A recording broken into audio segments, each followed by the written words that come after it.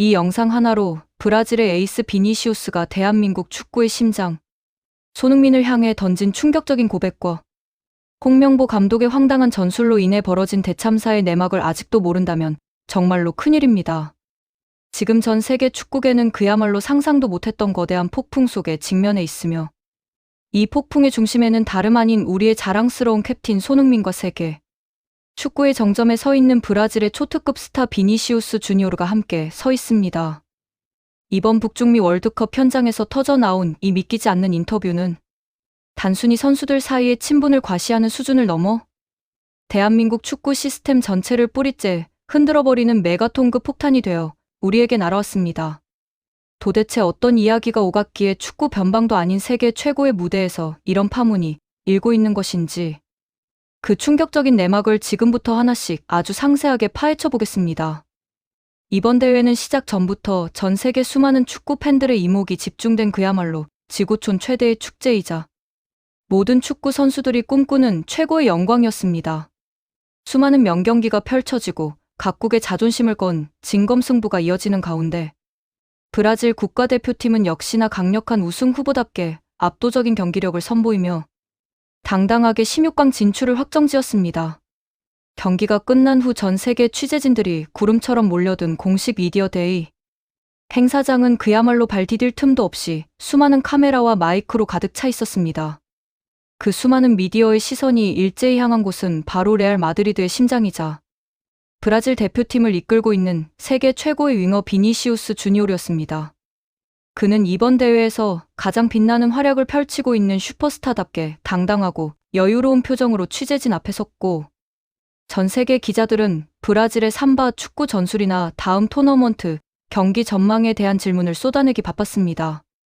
하지만 그 누구도 예상하지 못했던 순간에 비니시우스의 입에서 전혀 다른 나라의 이름과 선수의 이름이 흘러나왔고, 그 이름은 다름 아닌 대한민국의 손흥민이었습니다. 비니시우스는 브라질의 승리에 대한 소감을 말하던 도중 갑자기 표정을 진지하게 굳히더니, 자신이 이번 월드컵을 치르면서 가장 마음 아프게 지켜본 선수가 있으며 그 선수의 상황을 보면 도저히 분노를 참을 수 없다고 운을 뗐습니다. 그가 언급한 인물이 바로 아시아 축구에 살아있는 전설이자 프리미어리그의 위대한 득점왕인 캡틴 손흥민이라는 사실이 밝혀진 순간, 기자회견장은 순식간에 물을 끼얹은 듯 조용해졌습니다. 비니시우스는 평소 손흥민과 유럽 무대에서 경쟁하며 사적으로 매우 깊은 유대감을 공유하고 있으며 서로를 진심으로 응원해온 아끼는 동료이자 형제 같은 사이임을 당당하게 밝혔습니다. 그는 손흥민이 토트넘에서 달성한 수많은 업적들과 그가 보여준 인간적인 매력에 대해 깊은 존경심을 표하며 이야기를 이어갔습니다. 그러나 비니시우스의 목소리는 이내 안타까움과 거대한 분노로 떨리기 시작했고, 그가 폭로한 내용은 대한민국의 축구 팬들이라면 누구나 가슴이 찢어질 듯한 참담한 진실이었습니다. 비니시우스는 손흥민이 대한민국 국가대표팀이라는 유니폼을 입고 이번 북중미 월드컵 무대를 밟는 동안 겪어야 했던 상상, 초월의 심적 고통과 영혼을 갉아먹는 듯한 고독감에 대해 거침없이 폭로하기 시작했습니다. 우리가 중계 화면을 통해 보았던 손흥민은 언제나 팀을 위해 헌신하며 동료들을 독려하고 팬들을 향해 밝게 웃어주는 완벽한 리더의 모습이었습니다. 하지만 비니시우스의 생생한 증언에 따르면 그 환한 미소 뒤에는 전 세계 그 어떤 슈퍼스타도 감당하기 힘들 정도로 깊은 어둠과 상처가 숨겨져 있었습니다. 비니시우스는 이번 대회 기간 동안 자신이 직접 목격하고 전해 들은 손흥민의 상태를 설명하며 전 세계 축구인들을 충격과 공포로 몰아넣었습니다. 그는 손흥민이 경기장 안에서 철저하게 전술적으로 고립되어 있었을 뿐만 아니라 팀 내부에서 발생한 심각한 갈등과 불화 속에서 지도자들의 아무런 보호도 받지 못한 채 방치되어 있었다고 강력하게 주장했습니다. 도대체 왜 세계 최고의 무대인 프리미어리그에서 득점왕을 차지하고 토트넘의 주장으로서 전 세계의 찬사를 받는 선수가 이런 허술하고 수준 낮은 환경에서 홀로 괴로워야 하는지, 비니시우스는 도저히 이해할 수 없다며 격앙된 반응을 보였습니다. 이것이 과연 상식적으로 말이 되는 상황입니까?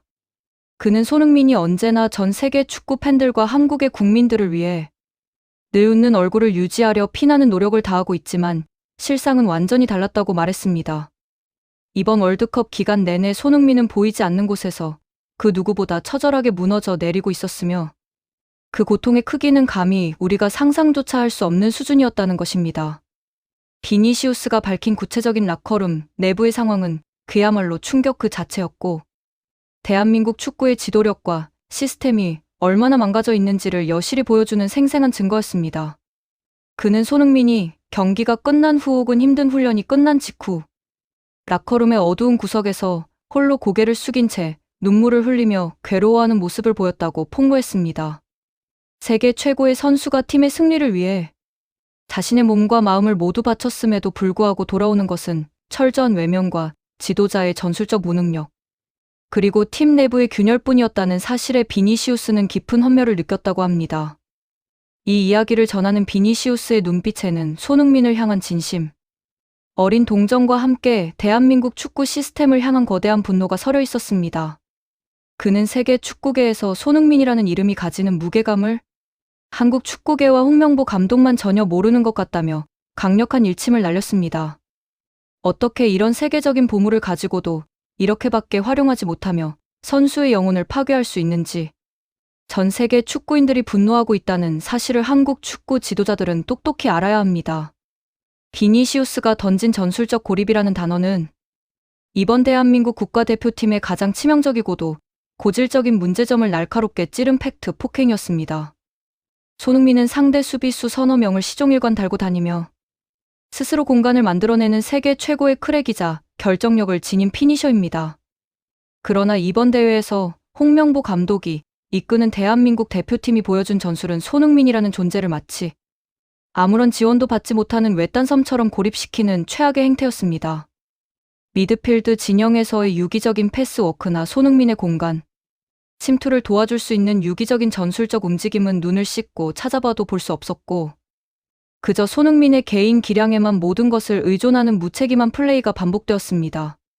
상대 팀들은 손흥민만 막으면 한국 축구 전체가 마비된다는 사실을 너무나도 잘 알고 있었기에 집중 견제를 펼쳤지만 우리 코칭 스태프는 이를 타개할 그 어떤 전술적 해결책도 제시하지 못했습니다. 이러한 상황 속에서 손흥민은 공격 전개부터 수비 가담까지 경기장 전체를 무리하게 뛰어다니며 체력적인 한계에 부딪힐 수밖에 없었습니다. 자신이 가장 잘할 수 있는 위치에서 공격을 마무리 짓지 못하고 팀의 무능한 구멍을 메우기 위해 이리저리 희생되는 모습을 보며 비니시우스는 엄청난 충격을 받았다고 말했습니다. 레알 마드리드 같은 세계 최고의 클럽에서는 비니시우스가 최고의 활약을 펼칠 수 있도록 모든 선수가 유기적으로 움직이며 완벽한 판을 깔아줍니다. 그것이 현대 축구의 기본 상식이자 슈퍼스타를 보유한 팀이 마땅히 취해야 할 전술적 태도이기 때문입니다. 하지만 대한민국 대표팀은 세계 최고의 무기를 쥐고도 이를 어떻게 다루어야 하는지조차 모르는 무능함을 전 세계 만천하에 드러냈습니다. 비니시우스는 손흥민이 경기장 안에서 패스를 받지 못해 철저히 고립될 때마다 그의 표정에서 깊은 좌절감과 무력감을 읽을 수 있었다고 전했습니다. 이것은 단순히 축구 경기를 못 이겨서 오는 아쉬움이 아니라 자신이 사랑하는 조국을 위해 모든 것을 바치고 싶어도 무능한 지도자와 시스템이 이를 가로막고 있다는 사실에서 오는 거대한 절망감이었습니다. 더욱 우리를 분노하게 만드는 것은 비니시우스가 폭로한 팀 내 불화 방치와 홍명보 감독의 이해할 수 없는 선수 기용 방식입니다. 팀을 이끄는 리더이자 캡틴으로서 손흥민은 경기장 내부의 문제뿐만 아니라 외부에서 밀려오는 수많은 압박과 팀원들 간의 갈등까지 모두 혼자서 짊어져야 했습니다. 국가대표팀이라는 조직은 서로 다른 환경에서 활약하는 선수들이 모이는 곳이기에 갈등이 발생할 수 있고 의견 충돌이 일어날 수도 있습니다. 중요한 것은 이러한 갈등이 발생했을 때 이를 중재하고 명확하게 해결해야 할 감독과 코칭 스태프의 관리 능력입니다. 그러나 홍명보 감독과 대한민국의 축구 시스템은 이러한 내부적인 균열을 현명하게 해결하려는 의지도 능력도 보여주지 못한 채 모든 책임을 캡틴인 손흥민에게 전가하며 방치했습니다. 선수들 사이의 소통 부재가 이어지고 팀의 분위기가 최악으로 치닫는 동안 감독은 전술적인 해결책을 내놓기는커녕 결정적인 순간마다 손흥민을 선발에서 제외하거나 교체해버리는 황당한 선택을 내렸습니다. 세계 최고의 주장을 팀에서 빼고 경기를 운영하겠다는 그 고집이 과연 상식적인 전술입니까? 이러한 무모한 결정의 결과는 결국 참담한 패배와 탈락이라는 부메랑이 되어 돌아왔고, 그 속에서 손흥민은 홀로 모든 비난의 화살을 온몸으로 받아내야만 했습니다. 비니시우스는 손흥민이 라커룸에서 홀로 고독하게 이 모든 짐을 감당하고 있었다는 소식을 들었을 때 같은 축구 선수로서 엄청난 슬픔과 분노를 느꼈다고 고백했습니다. 세계 최고의 선수가 왜 그런 삼류 무대 같은 수준, 낮은 전술과 지도력 속에서 자신의 소중한 재능을 낭비하고 정신적인 상처를 받아야 하는지 도저히 납득할 수 없다는 비니시우스의 발언은 우리 가슴을 깊게 후벼파기에 충분했습니다. 그의 말대로 손흥민은 한국 축구의 소유물이 아니며 전 세계 축구 팬들이 사랑하고 보호해야 할 위대한 축구계의 유산입니다. 그 위대한 선수가 조국을 향한 일편단심의 애국심 하나만으로 매번 심각한 부상을 참고 시차를 극복하며 달려왔는데 그 결과가 철저한 고독과 눈물뿐이었다는 사실에 전 세계 축구 스타들이 동조하며 분노의 목소리를 높이고 있습니다. 실제로 비니시우스의 이번 인터뷰가 전 세계 언론을 통해 대대적으로 보도되자 유럽과 남미의 수많은 슈퍼스타들이 일제히 손흥민을 지지하고 나섰습니다. 토트넘에서 오랜 시간 함께 호흡을 맞추며 영혼의 파트너로 불렸던 해리 케인은 물론이고 네이마르와 벨링엄 같은 세계적인 선수들 역시 비니시우스의 발언에 깊은 공감의 뜻을 표했습니다. 그들은 한 목소리로 손흥민이 경기장 위에서 보여주는 클래스는 의심의 여지가 없으며 그가 국가대표팀에서 겪고 있는 상황은 명백한 재능 낭비이자 선수에 대한 예의가 아니라고 강하게 비판했습니다. 세계 최고의 리그에서 매주 엄청난 퍼포먼스를 보여주는 선수가 왜 국가대표팀에만 가면 저토록 힘든 싸움을 홀로 해야 하는지 전 세계 축구계가 항상 의아해하고 있었는데 비니시우스의 솔직한 폭로로 그 원인이 대한민국 축구 지도자들의 무능함과 부실한 시스템에 있었다는 사실이 명백해진 것입니다. 이것은 단순히 한 선수의 개인적인 불만을 대변하는 차원의 문제가 절대 아닙니다. 세계 축구의 주류 사회가 대한민국의 한심한 축구 행정과 전술적 수준을 향해 공식적으로 매서운 비판을 던진 비참한 사건입니다. 우리는 언제까지 우리의 영웅이 타국의 선수들에게 동정을 받고 위로를 받아야 하는 이 황당한 현실을 가만히 지켜보고만 있어야 합니까? 대한민국 축구의 수뇌부들은 매번 황금 세대라는 화려한 수식어 뒤에 숨어 선수들의 뛰어난 개인 기량에 무임승차하려는 한심한 행태를 반복해 손흥민을 비롯해 이강인, 김민재 등 세계적인 명문 클럽에서 주전으로 활약하는 역대급 재능들이 동시에 등장했음에도 불구하고 이들을 유기적으로 묶어줄 지도자 하나 제대로 선임하지 못해 팀을 파국으로 몰고 갔습니다. 능력 있는 지도자를 모셔와 체계적인 시스템을 구축하기는커녕 자신들의 정치적 이익과 인맥에 따라 무능한 결정을 내리는 구태의연한 행정은 결국 선수들의 가슴에 깊은 피멍이 들게 만들었습니다. 비니시우스가 언급한 수준 낮은 무대라는 표현은 대한민국 축구 발전을 가로막는 무능한 자들이 들어야 할 마땅한 모욕이자 정확한 평가입니다. 그들은 세계적인 수준으로 성장한 선수들의 발목을 잡는 가장 큰 걸림돌이며 한국 축구의 미래를 망치는 장본인들에 불과합니다. 그들이 만들어 놓은 엉망진창인 시스템과 전술 속에서 손흥민은 매 경기 자신의 커리어와 몸을 갈아 넣으며 고군분투해 왔던 것입니다. 손흥민이 대표팀 경기에서 패배한 후 인터뷰를 할 때마다 눈시울을 붉히며 팬들에게 죄송하다는 말을 반복했던 진짜 이유가 무엇이겠습니까? 그것은 자신이 더 잘하지 못해 팬들을 실망시켰다는 깊은 책임감도 있었겠지만 그보다는 아무리 발버둥 쳐도 변하지 않는 이 답답한 현실과 무능한 전술에 대한 깊은 절망감의 표현이었을 것입니다.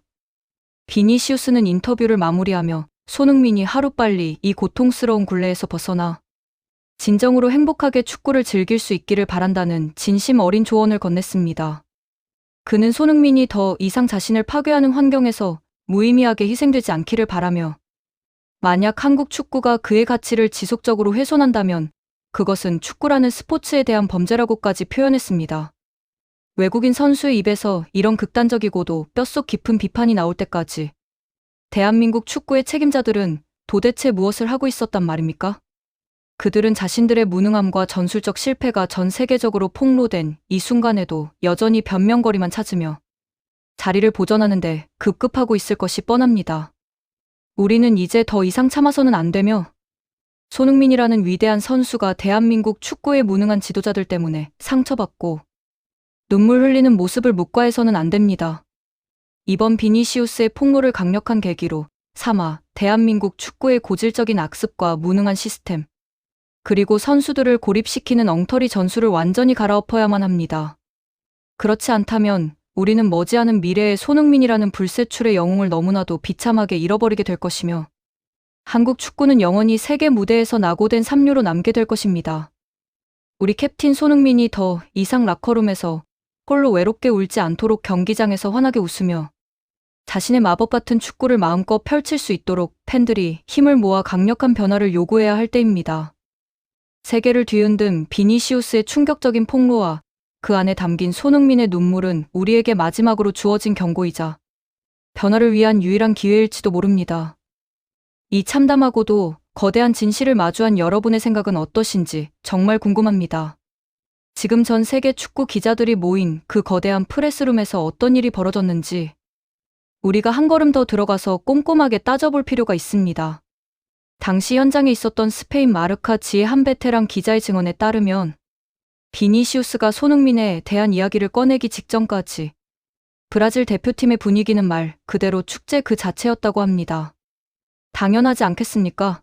세계에서 가장 까다롭다는 월드컵 예선을 가볍게 통과하고 본선 무대에서도 적수가 없음을 증명하며 16강 티켓을 거머쥐었으니 그 어떤 질문이 나와도 웃으며 답할 수 있는 여유가 있었을 것입니다. 실제로 비니시우스는 초반에 자신의 소속팀인 레알 마드리드에서의 활약상과 브라질 대표팀의 전술적 완성도에 대해 아주 유창하고 자신감 넘치는 태도로 답변을 이어갔습니다. 하지만 대한민국의 경기가 끝난 직후였던 그 시점에 한 기자가 한국 대표팀의 탈락과 관련된 질문을 던지자 상황은 180도 급변하기 시작했습니다. 그 기자는 손흥민이라는 아시아 최고의 선수가 또다시 월드컵 무대에서 눈물을 흘리며 짐을 싸게 된 것에 대해 어떻게 생각하느냐는 질문을 던졌고, 이 질문이 떨어지기가 무섭게 비니시우스의 얼굴에서 웃음기가 완전히 사라졌던 것입니다. 그 자리에 있던 모든 취재진이 비니시우스의 갑작스러운 심경 변화에 숨을 죽였고, 마이크를 고쳐 잡은 그의 입에서는 한국 축구의 지도자들과 행정가들이 들으면 심장이 내려앉을 만한 폭탄 발언들이 쏟아져 나오기 시작했습니다. 비니시우스는 단순히 손흥민이 불쌍하다는 식의 감상적인 위로를 건넨 것이 아니었습니다. 그는 철저하게 선수 관점과 전술적 관점에서 대한민국 대표팀이 저지른 치명적인 죄악들을 하나씩 조목조목 짚어가며 강하게 비판했습니다. 가장 먼저 그가 지적한 것은 홍명보 감독의 이해할 수 없는 경기 운영과 선수 기용 방식이었습니다. 축구를 아는 사람이라면 누구나 공감하겠지만 경기장의 분위기를 한순간에 바꿀 수 있고 상대 수비진에게 엄청난 공포감을 심어줄 수 있는 월드클래스 선수를 보유하고 있다는 것은 감독에게 엄청난 축복이자 특권입니다. 상대팀 입장에서는 손흥민이 경기장 위에 서 있는 것만으로도 수비 라인을 마음대로 올리지 못하고 끊임없이 신경을 써야 하므로 전술적으로 엄청난 제약을 받게 됩니다. 그런데 홍명보 감독은 이번 대회에서 대한민국 대표팀의 가장 강력한 무기이자 전 세계가 두려워하는 손흥민을 경기 중간에 뜬금없이 벤치로 불러들이거나 아예 중요한 경기에서 선발 명단 제외라는 황당한 악수를 두었습니다. 비니시우스는 이 부분에 대해 언급할 때 정말로 어이가 없다는 듯 헛웃음을 지으며 도대체 어떤 감독이 승리가 간절한 월드컵 무대에서 자신의 팀에서 가장 골을 잘 넣고 가장 경험이 많은 주장을 빼는 결정을 내릴 수 있는지 물어보고 싶다고 말했습니다. 그는 레알 마드리드나 브라질 대표팀에서는 절대로 상상도 할 수 없는 일이 벌어졌다며 이것은 전술적인 선택이 아니라 자멸을 선택한 것이나 다름없다고 강하게 일갈했습니다. 실제로 축구 전문가들도 홍명보 감독의 이러한 결정이 한국 대표팀의 탈락을 앞당긴 결정적 계기였다고 입을 모아 비판하고 있습니다. 손흥민이 빠진 한국의 공격진은 날카로움을 완전히 잃어버렸고 상대 팀들은 기다렸다는 듯이 수비 라인을 끌어올려 한국을 강하게 압박하며 손쉽게 승리를 가져갔습니다. 도대체 왜 이런 어처구니 없는 전술이 세계 최고의 무대인 월드컵에서 반복해서 나와야 했던 것일까요? 우리는 이 질문에 대한 답을 대한민국 축구협회의 썩어빠진 행정과 구태의연한 지도자들의 마인드에서 찾을 수밖에 없습니다. 그들은 현대 축구의 흐름을 전혀 읽지 못하고 오직 자신들의 낡은 고집과 학연, 지연에 얽매여 대한민국 축구의 황금 세대를 처참하게 파괴하고 있습니다. 비니시우스가 인터뷰에서 밝힌 진실은 여기서 끝이 아니었습니다. 그는 손흥민이 경기장 안에서 겪은 전술적 수모보다 라커룸 안에서 겪어야 했던 심리적 고통이 훨씬 더 심각했다고 폭로했습니다. 손흥민은 언제나 언론 인터뷰나 카메라 앞에서는 후배들을 감싸고 모든 책임은 주장인 자신에게 있다며 방패 역할을 자처해온 선수입니다. 하지만 비니시우스의 말에 따르면 그런 든든한 주장이 보이지 않는 라커룸 구석에서는 혼자서 고개를 파묻고 숨죽여 울고 있었다고 합니다. 팀의 중심을 잡아주고 선수들을 하나로 묶어야 할 감독과 코칭 스태프가 팀 내부의 분열과 갈등을 해결하려는 노력은커녕 모든 비난의 화살을 손흥민에게 쏠리도록 방치했기 때문입니다. 재밌게 보셨다면 구독과 좋아요, 알림 설정 부탁드립니다.